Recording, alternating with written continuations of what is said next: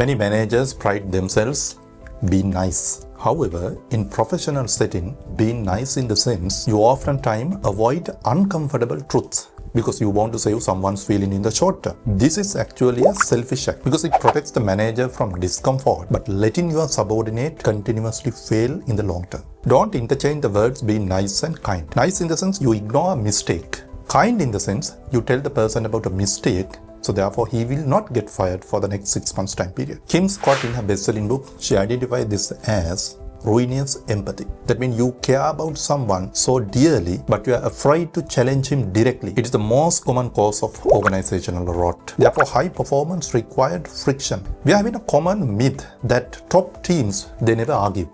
But the research suggests exact opposite. There is one critical ingredient in the high-performing teams. They are having the psychological safety. So therefore, they are not feared to talk about with the other person openly. They debate intensively. They make mistakes. They discuss them openly. They criticize them. Therefore, remember, conflict isn't a sign of failure. Conflict is a sign of high-growth environment.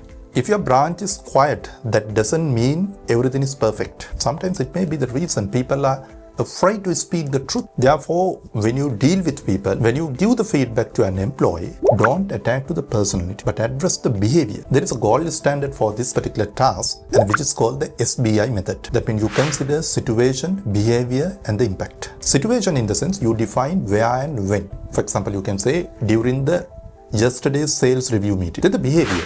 You have to describe the observable action. For example, you can say, you were unable to provide me the status of the top 3 clients, top 3 accounts. Then the impact, that means you share the consequence. So you can say, because of that reason, I couldn't send the forecasting report for my senior management because you have not given me the status of those 3 accounts. Now I will share you a tough scenario. Now there is a well-experienced underperforming senior. This is one of the hardest parts I have encountered by the managers when they give the feedback for the senior employees and when they are underperforming. This is the straight talk script. You can follow that. You can make the opening. Mr. Pereira, I am having this conversation with you because the reason is I want you to be successful. But right now, there is a gap between the branch goals and your performance. Now you can follow the SBI feedback method. During the last 3 months time period, your account acquisition has fallen to 20%. That means the rest of the team is under pressure to fill that gap. Then the pivot. Now how you can get back to the standard where you perform really well.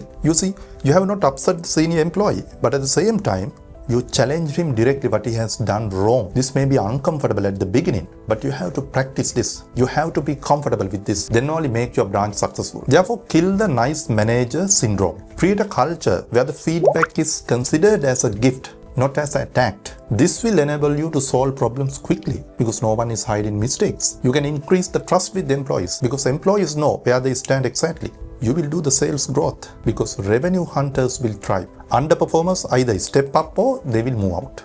I hope you got the insights out of this video. If you have any questions, please leave the comments below. I'll respond to you as soon as possible. Good luck.